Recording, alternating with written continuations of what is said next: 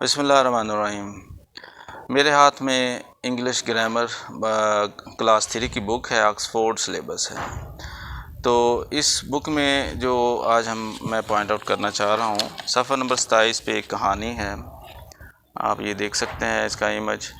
تو اس کہانی میں یہ لکھا ہوا ہے کہ ایک اولڈ مین ہوتا ہے، کسان ہوتا ہے۔ تو وہ کسان جو ہے وہ چاہتا ہے کہ میں اپنی بیٹی کی شادی جو ہے وہ انتہائی طاقتور جو آدمی ہے طاقتور سے کروں، تو کسی طاقتور سے اپنی بیٹی کی شادی کروں۔ تو وہ گاؤں کا جو چیف ہوتا ہے اس کے پاس جاتا ہے کسان، تو وہ کہتا ہے کہ جی میں چاہتا ہوں کہ میں اپنی بیٹی کی شادی انتہائی طاقتور سے کروں، تو آپ میری بیٹی سے شادی کر لیں۔ تو وہ گاؤں کا جو چیف ہوتا ہے، نمبردار ہوتا ہے، وہ کہتا ہے کہ میں تو تمہاری بیٹی سے شادی نہیں کر سکتا، میں اتنا طاقتور نہیں ہوں، تم ایسے کرو، تم دریا کے پاس جاؤ اور اسے کہو، دریا بہت طاقتور ہوتا ہے، وہ جو کچھ آگے آتا ہے بہا کے لے جاتا ہے، تم دریا سے کہو کہ وہ تمہاری بیٹی سے شادی کر لے۔ تو کسان جو ہے وہ دریا کے پاس چلے جاتا ہے اور اسے کہتا ہے، پانی سے کہتا ہے کہ آپ میری بیٹی سے شادی کر لیں، میں چاہتا ہوں کہ میں اپنی بیٹی کی شادی جو ہے وہ انتہائی طاقتور سے کروں۔ تو پانی جو دریا ہوتا ہے وہ کہتا ہے جی میں تو اتنا طاقتور نہیں ہوں، میرے سے بھی زیادہ طاقتور پہاڑ ہیں، وہ مجھے روک لیتے ہیں، میرے بہاؤ کو آ جائیں تو مجھے رستہ بدلنا پڑ جاتا ہے، تو آپ ایسا کریں پہاڑ کے پاس چلے جائیں، اس سے کہیں کہ میری بیٹی سے شادی کر لیں۔ تو کسان جو ہے وہ پہاڑ کے پاس چلے جاتا ہے اور اسے کہتا ہے جی کہ میں چاہتا ہوں کہ میں اپنی بیٹی کی شادی جو ہے وہ انتہائی طاقتور سے کروں، تو آپ میری بیٹی سے شادی کر لیں۔ پہاڑ کہتا ہے جی کہ میں تو اتنا طاقتور نہیں ہوں، میرے سے بھی زیادہ طاقتور جو ہے وہ چوہا ہے، وہ تو میرے میں سوراخ کر لیتا ہے،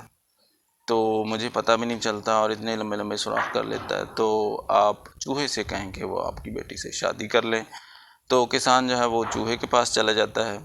تو چوہے سے کہتا ہے کہ آپ میری بیٹی سے شادی کر لیں، میں چاہتا ہوں کہ میری بیٹی کی شادی انتہائی طاقتور سے ہو جائے۔ تو وہ چوہا جو ہے وہ مان جاتا ہے، تو گھر جب واپس آتا ہے تو دیکھتا ہے کہ اس کی بیٹی جو ہے وہ چوہیا بن چکی ہوتی ہے۔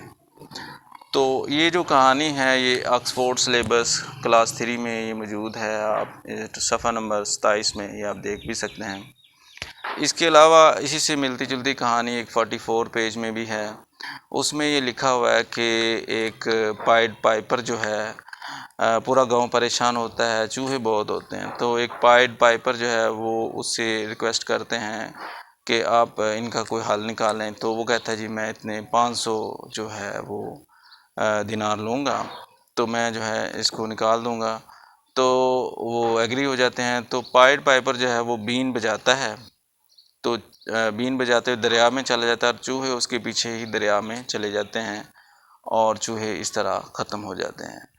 تو یہ دو کہانیوں سے ہم یہ نتیجہ یہ اخذ کرنا چاہ رہے ہیں، آکسفورڈ سلیبس کی بک میں یہ جو لکھی گئی ہیں، کہ ہمارے بچے جو ہیں وہ آخر لرن کیا کر رہے ہیں انگلش کلچر سے، انگلش سلیبس سے۔ اس سے بھی اچھی جو سٹوریز ہیں وہ ہمارے اسلاف نے لکھی ہوئی ہیں، جس سے بچوں کی کوئی اخلاقی تربیت بھی ہو سکتی ہے، بھی ہوتی ہے۔ مولانا روم کی کہانیاں ہیں، حضرت شیخ سعدی رحمۃ اللہ علیہ کی کہانیاں، اس طرح ہمارے اسلاف کی، صحابہ کرام کی بڑی اچھی سیرت کی کہانیاں ہیں، تو جو ہمارے اسلاف ہیں ان کی بڑی اچھی سیرت کی کہانیاں ہیں۔ تو ایسی چیزوں کو ہم آپٹ کرتے ہوئے اپنے بچوں کی بہتر اخلاقی تربیت جو ہے وہ کر سکتے ہیں۔ بچے آکسفورڈ سلیبس سے انگلش تو سیکھ رہے ہیں، لیکن ان کی اخلاقی تربیت جو ہے اس کی طرف دھیان دینے کی ضرورت ہے۔ تو ارباب اختیار کے لیے یہ ایک پوائنٹ سامنے رکھا گیا ہے کہ اس پہ غور و فکر ضرور ہونا چاہیے۔ Thank you very much.